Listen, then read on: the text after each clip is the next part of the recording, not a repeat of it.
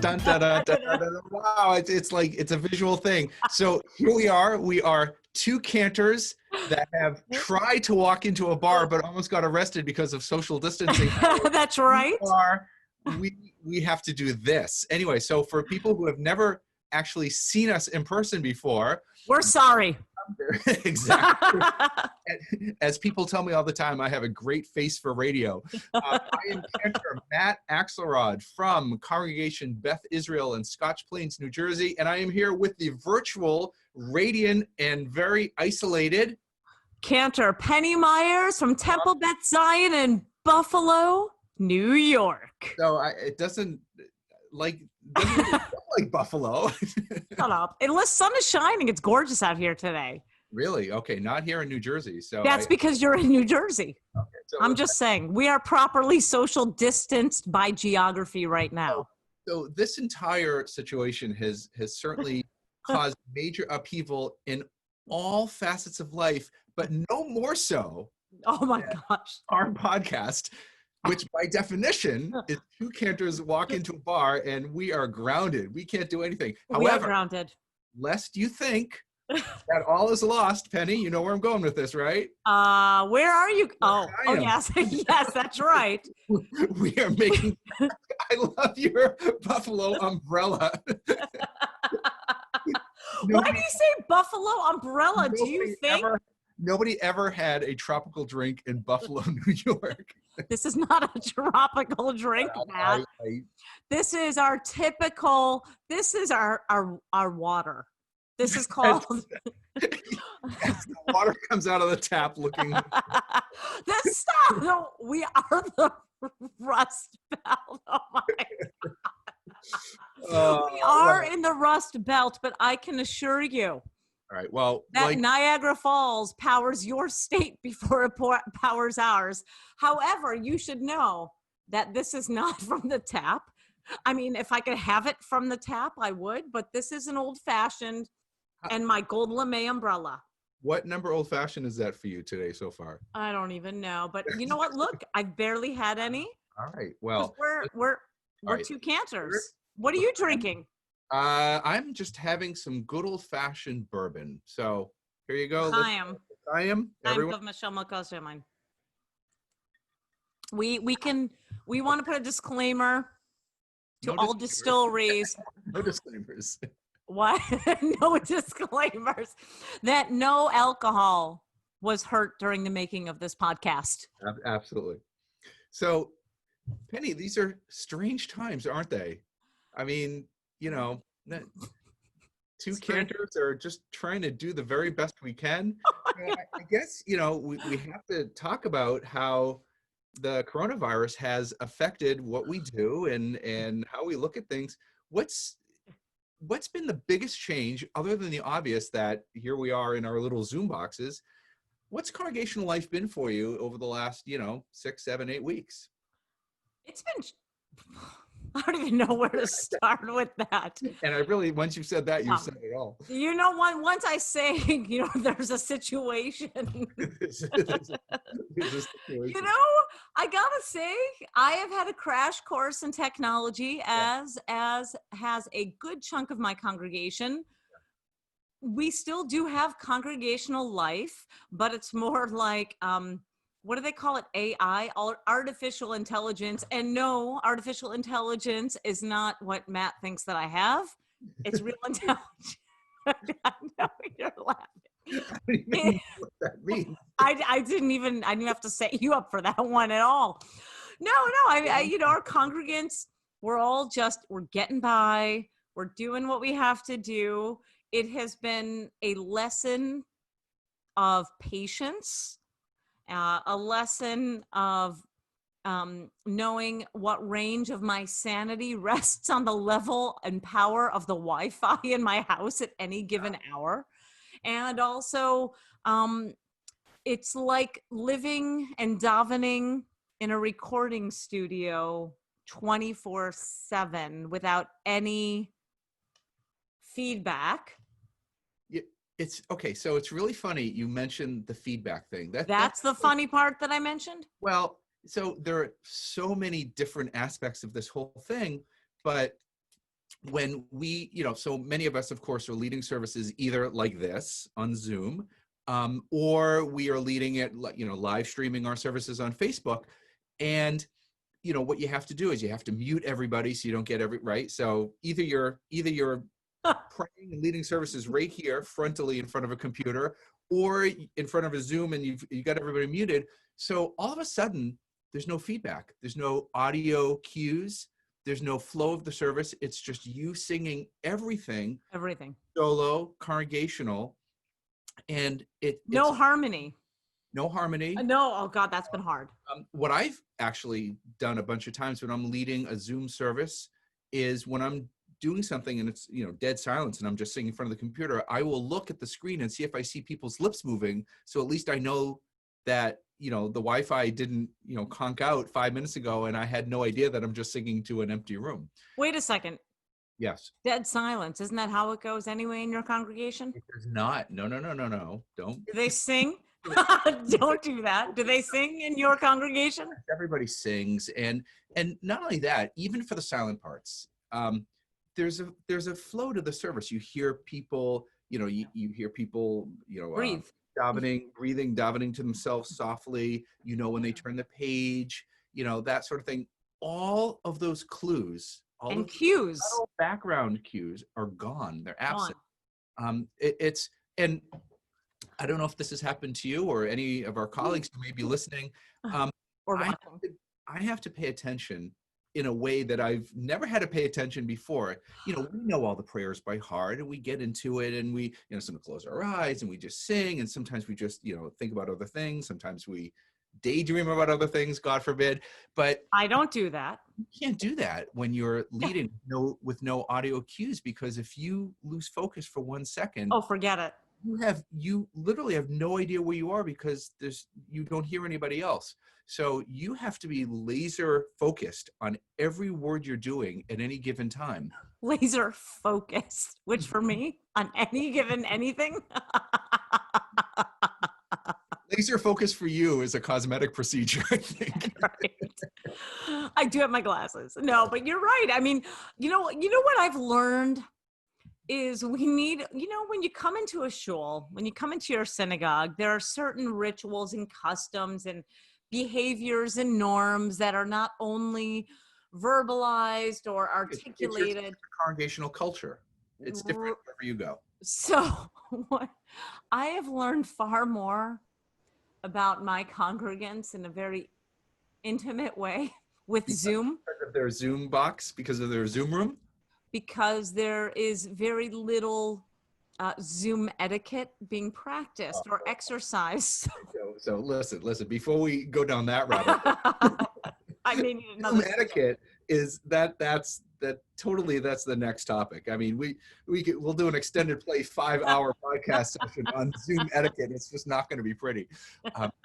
But it is interesting though, just that we get a little window, literally a little window into everybody's, and you repeat attenders, they're the one, you start to memorize what their room is every single time. I try to keep it very stable in this room. Yeah. And I have different rooms depending on the setting. Here I am in my synagogue office, properly socially distanced from any other human being. But of course, much of the time I'm Zooming from my home, and I have a little setup, at home.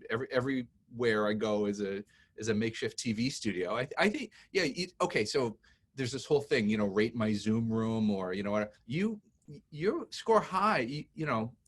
That is a very respectable looking Zoom background you have. That you're right. It's just a Zoom background. The screen. Yes, and I the screen goes up. It's like all the clothes and the. No. This is the room. Study. Up until the quarantine, this is the room I might have visited a month leading into High Holy Days, because it's where the piano is.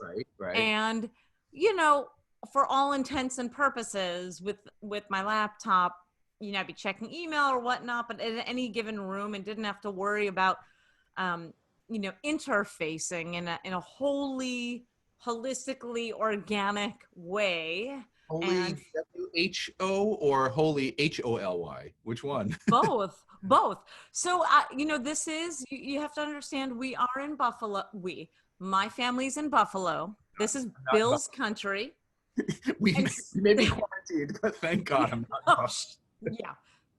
yeah, lucky day for you to be in Buffalo.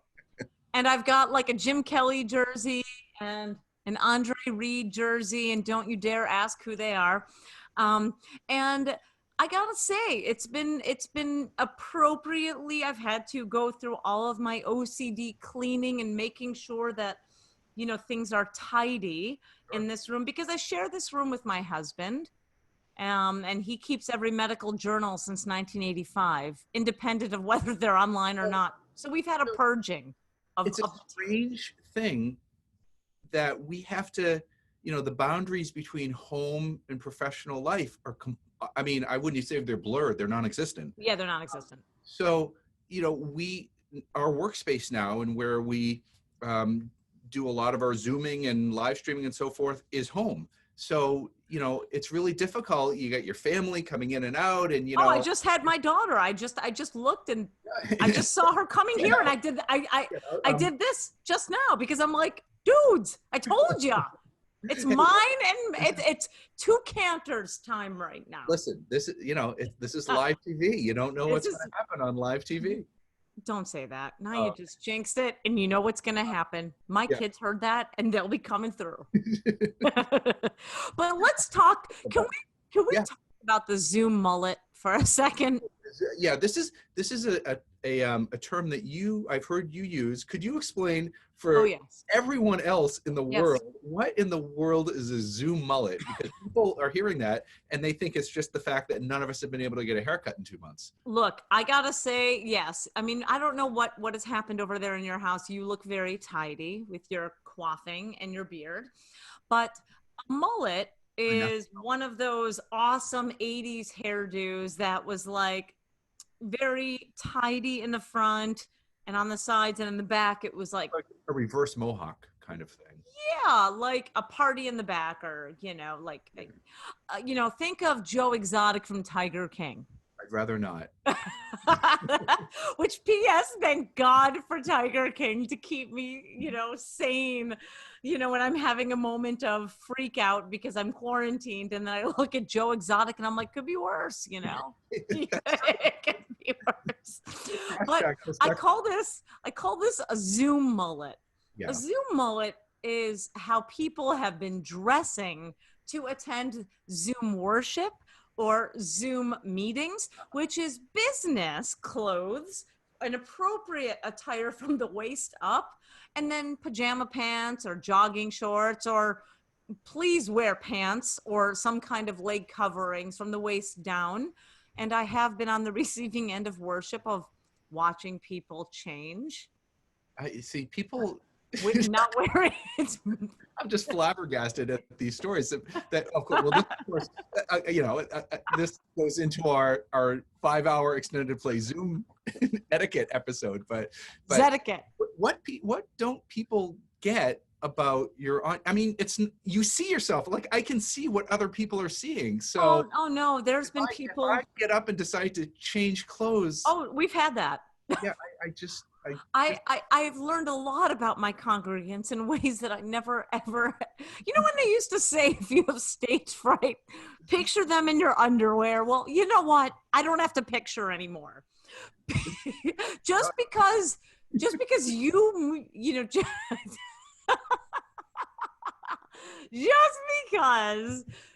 think that we can't see you, doesn't mean that you shouldn't still have clothes on. So, this material just writes itself. It does. So there was one week where, in March, we did a quarantine Shabbat towards the end of the month. It was a Friday night, and apparently there was some guy like just staring at the screen with no shirt on. Okay. I mean, it's Buffalo. It's not that warm. And then Did you member of the synagogue, or did you just get Zoom bombed? I don't think we got Zoom bombed. Our restrictions are pretty tight, unlike the clothing that guy was wearing. Restricts. There was another guy, another man who on a Shabbat morning decided to get up from wherever he was watching and put on pants. Which is in the background, absolutely- which you should have done we that thank before. you for remembering during Kedusha, the holiness of to put some. Okay, so At least he was you wearing would arise, undergarments. and then he was like, I should put some pants on. That's right. Or let's not forget about my favorite, I'm going to watch services and eat dinner and have the camera facing up so that that's the whole, it's like this is the view the whole time while they're shoving it in their mouth. It's not a terrible view, but but on the plus side, in all seriousness, because there's no way I can compete with any of these stories. It's Buffalo. It's awesome. I have been very impressed, Yeah. Surprised at, I figured that when this whole thing started, it would automatically, by definition, exclude an entire demographic of people from a congregation for access to all the stuff that we're doing. In other words, the old folks, the ones that you would think don't know how to do any technology. My congregation knows how to do things because Buffalonians are tough and resilient and brilliant. And New Jersey, well, whatever. We don't have enough time. I swinging today, didn't you, Penny? I'm swinging. I am. What really else can I do? That the older generation they completely are comfortable on computer, and they are right there on video and hitting all the links and everything and stuff that we take for granted. Because if they were not able to, their access to any congregational life would be, I mean, we can call people, we can check in on them, but that's pretty much it. We can't visit, and we would never see these people in person. So even with funerals, I mean, the restrictions that are imposed on both of our states have been, and this is not a criticism. I mean, it's I'm not getting political here. Don't worry. No, I'm not getting political. I love Cuomo. He's my hero right now. He is. Yep. He's on a variety of different levels. And similarly, our New Jersey Governor Murphy, I think, is doing a great job managing the crisis. That's right. That's an apolitical statement, because my children are safe, my parents are safe, we are safe, and we don't have to make that very difficult choice of what, am I going to get fired if I don't go to work? And I think that I that's a reality that sometimes. Not to mention how thankful we are that we have work. Oh my gosh. Right? I mean, that's huge. Or that we're the essential non-essential.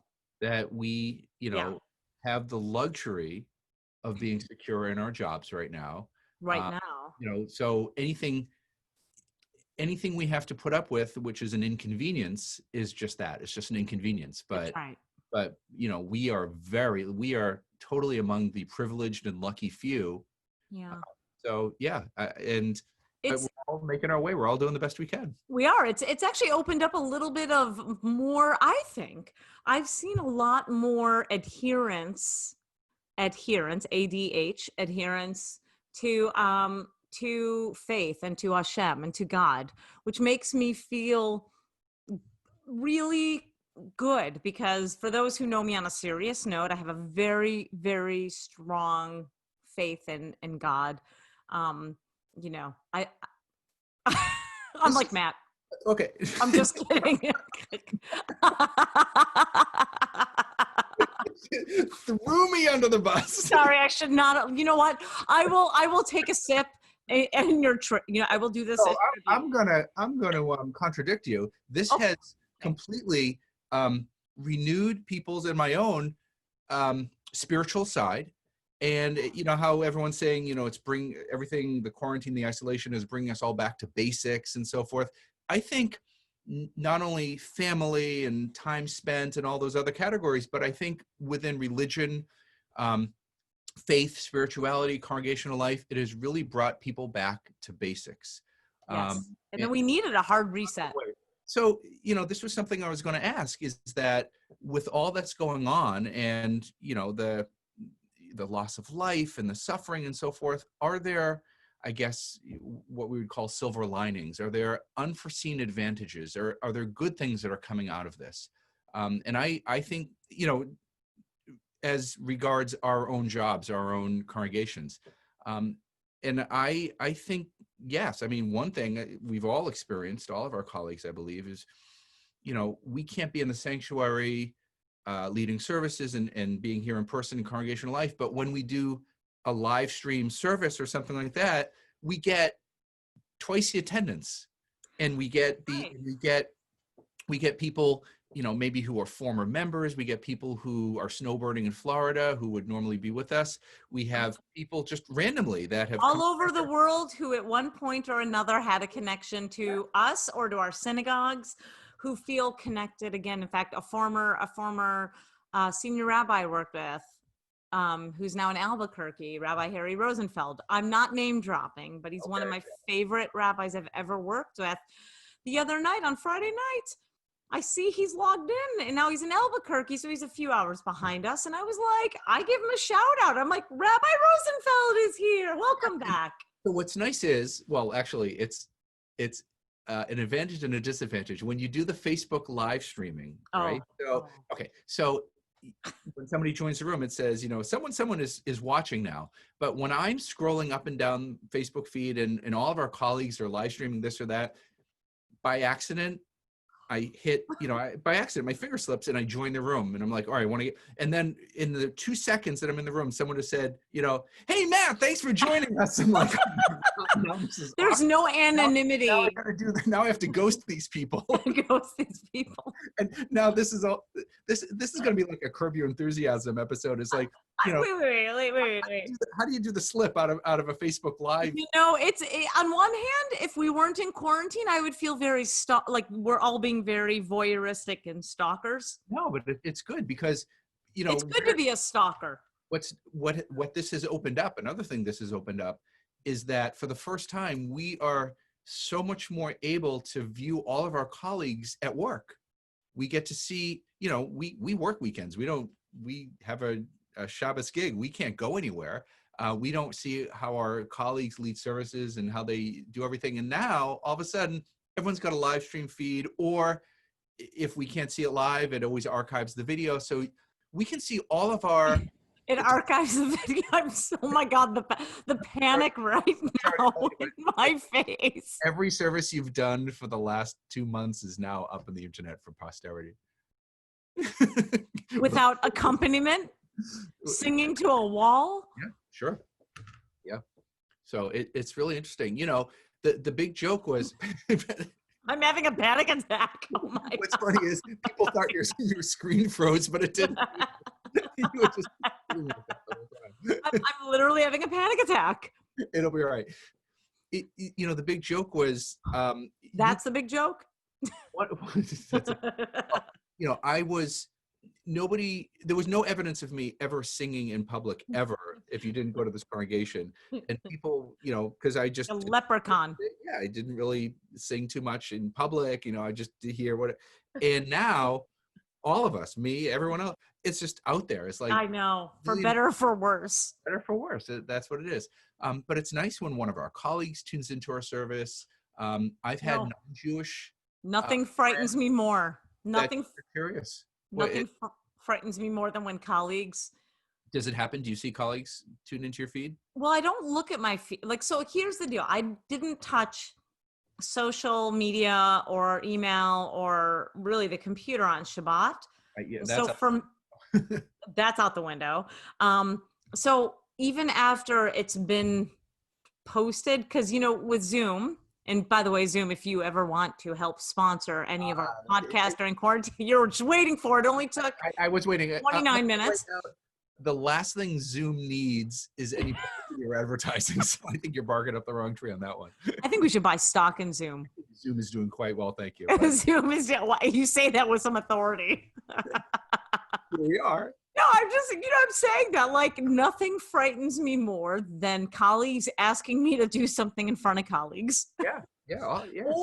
Or seeing if people have if colleagues, people in the know, have like written to me privately or commented, and I'm like, like, it's this, we're professionals and we have rahmanis, we have this compassion.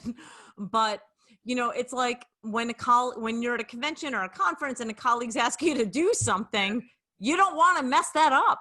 No, but it's easy. I just always say no. Yes, you do. You're such Thank a team you so player. much for asking. No, No. I don't think so.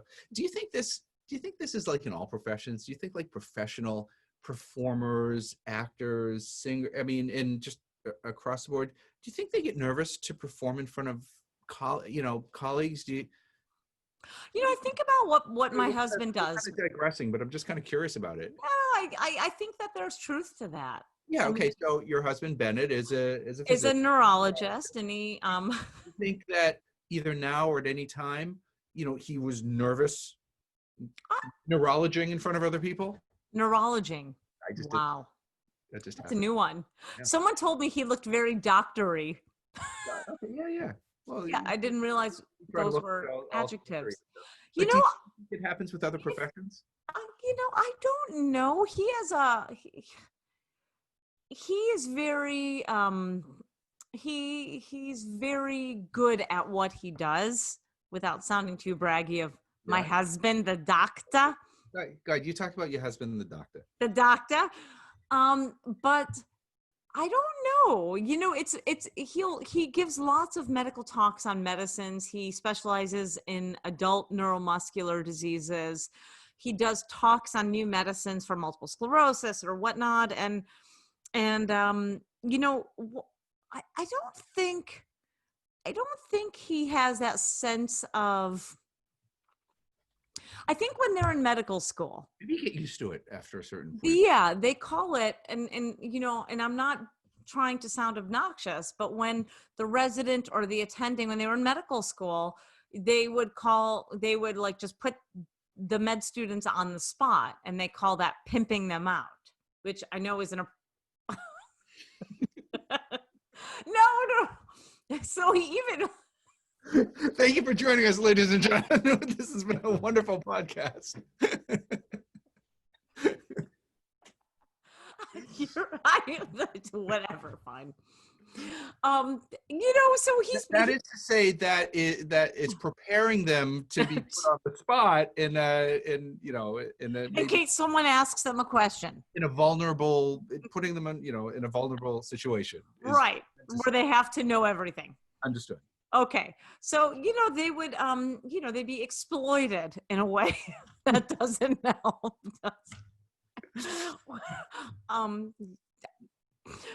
I'll let you find your way out of I'm gonna dig myself out of this. No, but I think that other professions do experience that. I think when you have like anybody speaking about it's the extension of just fear of public speaking. yes, On like even this, like just knowing that our pictures. Oh, maybe if this ever makes it to publication, but right now. Oh, fine. You're just gonna have to edit one part, whatever.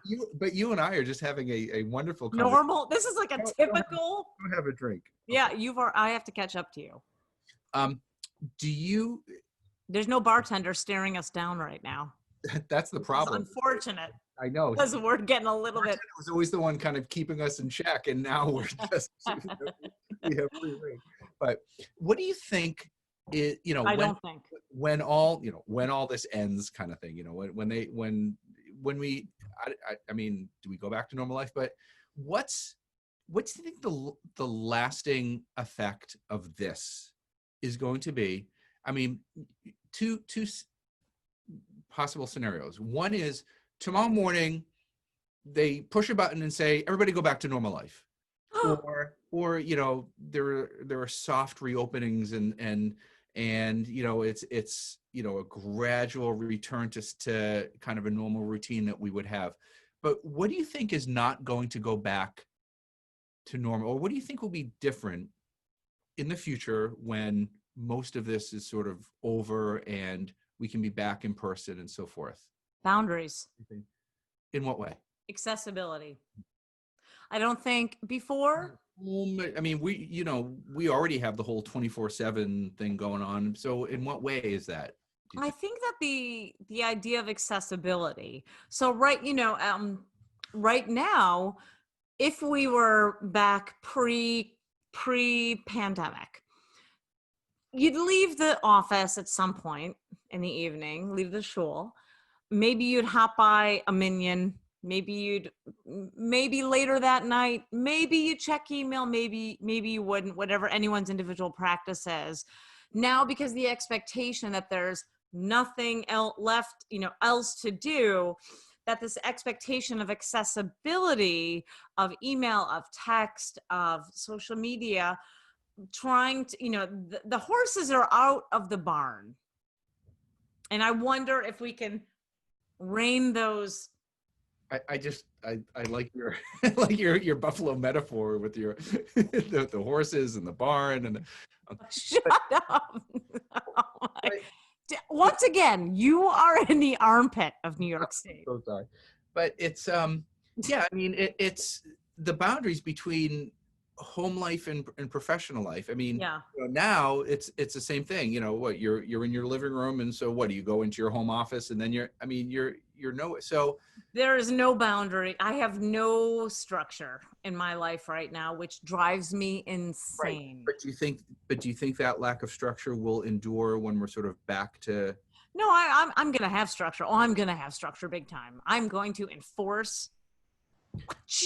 I think that, our newfound access to virtual congregational life, not ours, I mean, our congregants' access to it, I think is something that has been a huge positive. And I think it's something that people are not going to want to give up.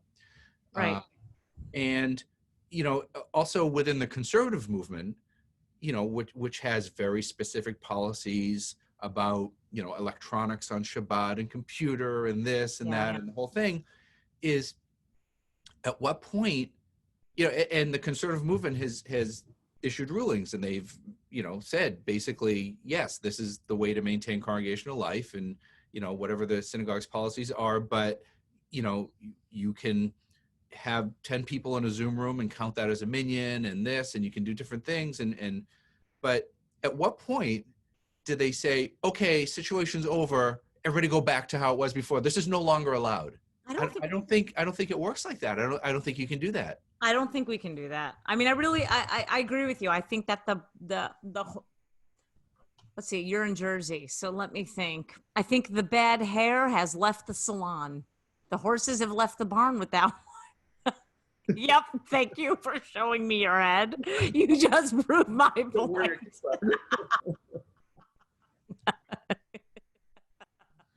It's and also, I mentioned before that, we have congregants, former congregants, people all over the place who have access to our services. Are we going to pull the plug on that and say, all right, emergency's over. Sorry, now you're out of here. Now you can't access our You service. have to say pull the plug. I didn't say they were old. You don't have to be old to have the plug pulled. But I have to, that's a really interesting choice of words you use there, Mr. Matt, Cantor Matt. Pull the plug. I like that little double entendre. Yes. All right. Well, listen, speaking of pulling the plug. What are you trying to say? I'm only a little bit in. I understand. Okay. So, I mean, I think the institution's going to change.